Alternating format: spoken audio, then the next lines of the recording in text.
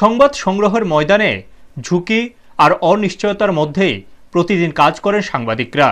সেই পেশাগত অধিকার ও স্বার্থ সংশ্লিষ্ট দাবিগুলিকে সামনে রেখে সোমবার আগরতলা রবীন্দ্র ভবনের সামনে বড়সড় জমায়েত ও গণ অবস্থান কর্মসূচি অনুষ্ঠিত হয়।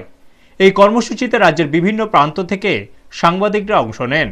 উপস্থিত ছিলেন রাজ্যের বরিষ্ঠ সাংবাদিক সুবল কুমার দে, সানিদ দেবরায় ও প্রণব সরকার সহ অন্যান্য বিশিষ্ট সাংবাদিকরা।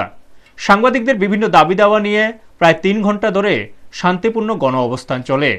গণ অবস্থান কর্মসূচি শেষে এক প্রতিনিধি দল মুখ্যমন্ত্রী ডক্টর মানিক সাহার সঙ্গে তার সরকারি বাসভবনে সাক্ষাৎ করেন। ওই বৈঠকে সাংবাদিকদের দীর্ঘদিনের বিভিন্ন সমস্যা ও দাবি মুখ্যমন্ত্রীর সামনে তুলে ধরা হয়। বৈঠকে বরিষ্ঠ সাংবাদিকরাও উপস্থিত ছিলেন। সাংবাদিকদের আশা, রাজ্য সরকার তাদের দাবিগুলির বিষয়ে ইতিবাচক ও দ্রুত পদক্ষেপ গ্রহণ করবে। এদিকে এই কর্মসূচিকে ঘিরে সাংবাদিক মহলে ব্যাপক সাড়া ও সংহতির ছবি দেখা গেছে। ব্যুরো রিপোর্ট, নিউজ তৎকাল 24। সরকারের বিরুদ্ধে নয় কোনো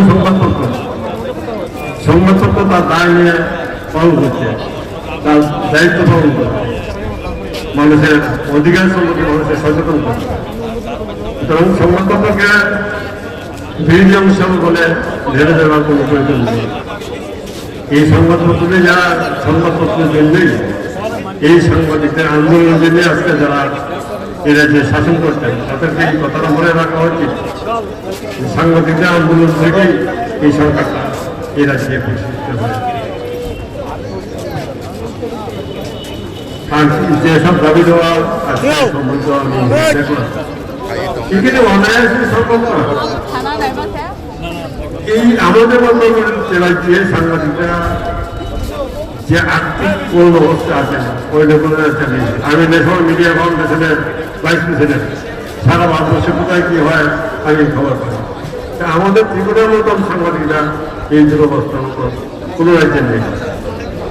এইখানে সরকারের ভূমিকাটি এরকম, তাহলে এই রাজ্যে কোনো বৃহৎ শিল্পপতিকে প্রক্রিয়া করতে আসেনি। প্রক্রিয়া বলছে আমরা যারা মধ্যস্থ শ্রেণীর লোকজন আমরাই প্রক্রিয়া করেছি।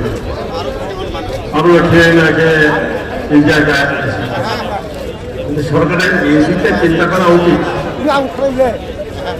আর সংবাদপত্র বন্ধ হয়ে যাবে না, সংবাদপত্র বন্ধ হয়ে মনে রাখতে হবে যে অনলাইন মিডিয়া চালু হবে।